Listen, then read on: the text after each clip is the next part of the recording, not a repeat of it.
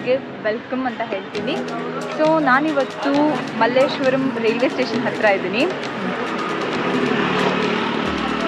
So ಇಲ್ಲಿ railway station ಹತ್ರನೇ ತುಂಬ ಹೈಪಲ್ಲಿರುವಂಥ ಒಂದು ಪ್ಲೇಸ್ ಅಂದರೆ ಶ್ರೀ ರಾಘವೇಂದ್ರ ಸ್ಟೋರ್ಸ್ ಅಂತ.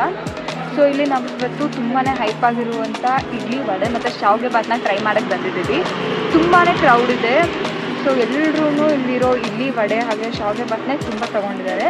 ಸೊ ನಾವು ಕೂಡ ಹೋಗಿ ಎಲ್ಲ ತೊಗೊಂಡ್ಬಂದು ಟೇಸ್ಟ್ ಮಾಡಿ ಇದು ಹೈಪ್ ಓವರ್ ಹೈಪ್ದ ಅಥವಾ ಇಟ್ಸ್ ವರ್ತ್ ದ ಹೈಪ ಅಂತ ನೋಡೋದು. Come on.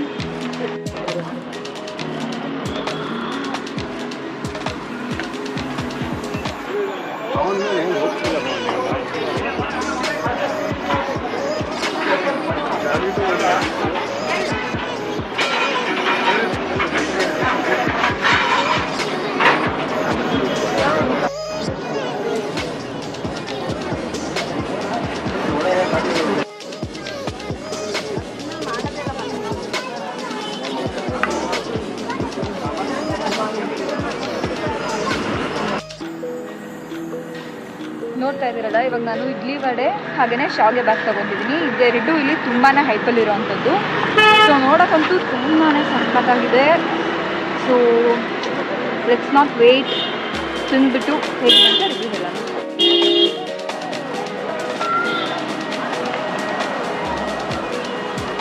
ಸೊ ಇಡ್ಲಿ ತಿನ್ನೋಣ ಇವಾಗ ಫಸ್ಟು.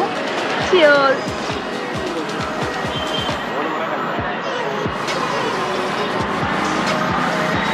ತುಂಬಾ ಸಖತ್ತಾಗಿದೆ. ಎಸ್ಪೆಷಲಿ ಈ ಚಟ್ನಿ ಅಂತೂ ಸ್ಪೈಸಿಯಾಗಿ ಎಲ್ಲ ಫ್ಲೇವರ್ಸು ಬ್ಯಾಲೆನ್ಸ್ಡ್ ಆಗಿ ತುಂಬ ಚೆನ್ನಾಗಿದೆ.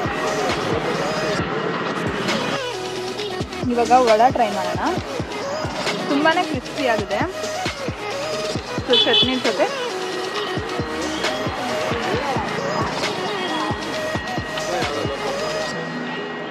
ಇಡ್ಲಿ ವಡೆ ಎರಡೂ ಕೂಡ ಮಸ್ಟ್ ಟ್ರೈ ಅಂತ ಹೇಳ್ತೀನಿ. ನೀವೇನಾದರೂ ಮಲ್ಲೇಶ್ವರಂ ರೈಲ್ವೆ ಸ್ಟೇಷನ್ ಹತ್ತಿರ ಇದ್ದರೆ ಇದನ್ನ ಡೆಫಿನೆಟ್ಲಿ ಟ್ರೈ ಮಾಡಿ. ಇಡ್ಲಿ ವಡೆ ಆಯಿತು. ಇವಾಗ ಶಾವಿಗೆ ಬಾತ್ ಟ್ರೈ ಮಾಡೋಣ. ತುಂಬಾ ಉದ್ರುದ್ರಾಗಿ ಸಕ್ಕತ್ತಾಗಿ ಕಾಣ್ತಾ ಇದೆ. ಸೊ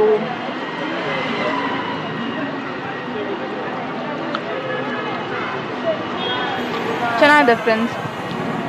ಅಂದರೆ ಇದು ಉದ್ರುದ್ರಾಗಿರೋದಕ್ಕೆ ಒಳ್ಳೆ ಟೇಸ್ಟ್ ಕೊಡ್ತಾ ಇದೆ. ತುಂಬಾ ಸ್ಪೈಸಿ ಅಂತೇನಿಲ್ಲ, ಬಟ್ ಇಟ್ಸ್ ನೈಸ್. ಫ್ರೆಂಡ್ಸ್, ಈಗ ನಾನು ಶಾವಿಗೆ ಬಾತ್ ಮತ್ತು ಇಡ್ಲಿ ವಡೆ ಎರಡನ್ನೂ ತಿನ್ಕೊಂಡ್ಬಂದೆ. ಸೊ ಎರಡರಲ್ಲಿ ನನಗೆ ಪರ್ಸ್ನಲ್ಲಾಗಿ ಇಡ್ಲಿ ವಡೆ ಮಸ್ಟ್ ಟ್ರೈ ಅಂತ ಅನ್ನಿಸ್ತು. ಇಡ್ಲಿ ಎಲ್ಲ ತುಂಬಾ ಚೆನ್ನಾಗಿತ್ತು, ಹಾಗೆ ವಡೆ ಕೂಡ ಕ್ರಿಸ್ಪಿಯಾಗಿ ತುಂಬ ಚೆನ್ನಾಗಿತ್ತು. ಸೊ ನೀವೇನಾದರೂ ಮಲ್ಲೇಶ್ವರಂ ಕಡೆ ಇದ್ದರೆ ಇದೊಂದು ಮಸ್ಟ್ ಟ್ರೈ ಅಂತ ಹೇಳ್ತೀನಿ.